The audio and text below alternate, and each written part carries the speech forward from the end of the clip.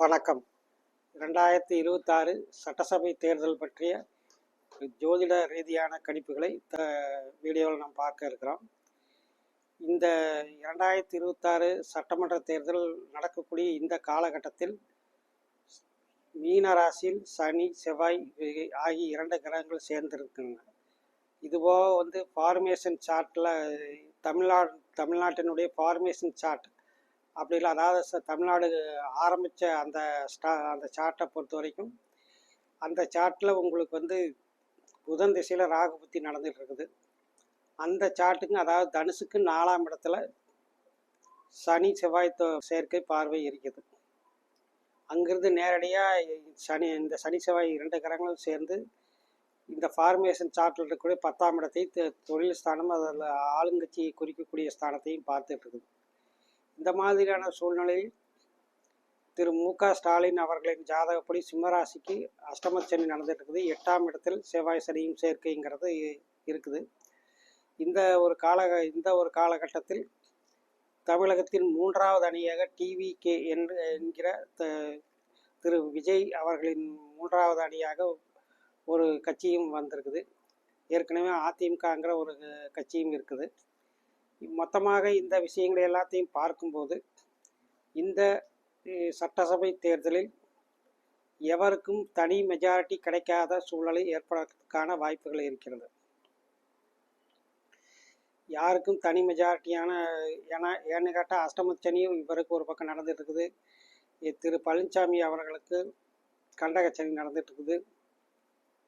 திரு விஜய் ஜாதகத்தை பொறுத்த வரைக்கும் அவருக்கு பரவாயில்லைங்கிற மாதிரி தான் நேரம் இருக்குது.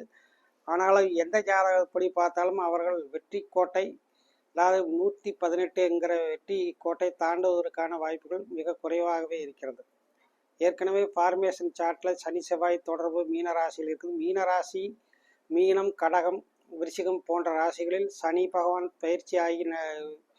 பயிற்சியான காலத்தில் தான் பெரும்பாலும் அரசியல் மாற்றங்கள் வரும். புதிய நபர்கள் அரசியல்வாதிகளாக உருவாவார்கள். அவர்கள் பொதுமக்களுக்கு மத்தியில் அவர்களுக்கு செல்வாக்கும் மதிப்பும் ஏற்படும். இந்த மாதிரியான ஒரு காலகட்டத்தில் பார்த்தீங்கன்னா உங்களுக்கு விஜய் என்கிற திரைப்பட நடிகரான விஜய் என்கிற நடிகர் டிவிகே என்கிற கட்சியை ஆரம்பித்துள்ளார்கள். அவருடைய தலைமையில் இருக்கக்கூடிய கட்சிக்கும் கணிசமான வாக்கும் கணிசமான சீட்டுகளும் வாக்குகளும் கிடைக்கிறதுக்கான வாய்ப்பு உண்டு. அவருடைய தனிப்பட்ட பிரச்சனைகள் எதோ வந்தாலும் கூட அரசியல் ரீதியாக அவருடைய முன்னேற்றம் பெரிய அளவுக்கு பாதிப்பு எதுவும் வராது. இது மாதிரியான சூழ்நிலையும் ஒரு பக்கம் நிலவி கொண்டிருக்கிறது. எதை எப்படி பார்த்தாலுமே கூட திமுக, அதிமுக, டிவிகே இந்த 3 கட்சிகளுமே தனி மெஜாரிட்டி அடையக்கூடிய மேஜிக்கல் நம்பரை போய் ரீச் பண்ணக்கூடிய வகையில் இல்லை. ஏற்கனவே தேர்தலை பொறுத்த வரைக்கும் ஒரு குழப்பம் ஏற்படக்கூடிய காலகட்டத்தில் இந்த தேர்தல் நடந்துட்டு இருக்குது. இதனால் பொதுமக்களுக்கே கூட ஒரு குழப்பமாகவும் இருக்கும். தேர்தல் முடிவுகளும் ஒரு தெளிவற்ற நிலைமையே இருக்கும். பல தலைவர்கள் தோல்வி அடையக்கூடிய வாய்ப்புகளும் உண்டு. எது எப்படி பார்த்தாலும் இந்த தேர்தலிலிருந்து தமிழக அரசியலில் தனிப்பெரும்பான்மையில் ஒரு கட்சி ஆட்சிங்கிறது ஒரு முடிவுக்கு வரப்போகிறது. இனி வருங்காலத்திலும் கூட்டணி ஆட்சி தான் வரப்போகுது. இப்போ அமையக்கூடிய 2026 மே 4ஆம் தேதிக்கு பிறகு அமையக்கூடியதும் கூட்டணி ஆட்சி தான் அமையும். யார் முதலமைச்சராக அப்படிங்கிறத அவ்வளவு தெளிவாக சொல்ல முடியவில்லை. பலருடைய ஜாதகங்கள் நிறைய வெவ்வேறு மாதிரி இருக்குது.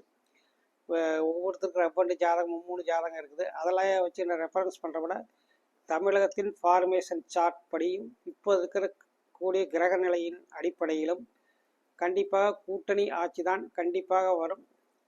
இப்போதுள்ள திரைப்பட நடிகரின் கட்சி மிக முக்கியத்துவம் வாய்ந்த செல்வாக்கு உள்ள ஒரு சக்தியாக, பெரிய ஆளுமை மிகுந்த ஒரு சக்தியாக அதுவும் உருவெடுக்கும். நன்றி, வணக்கம்.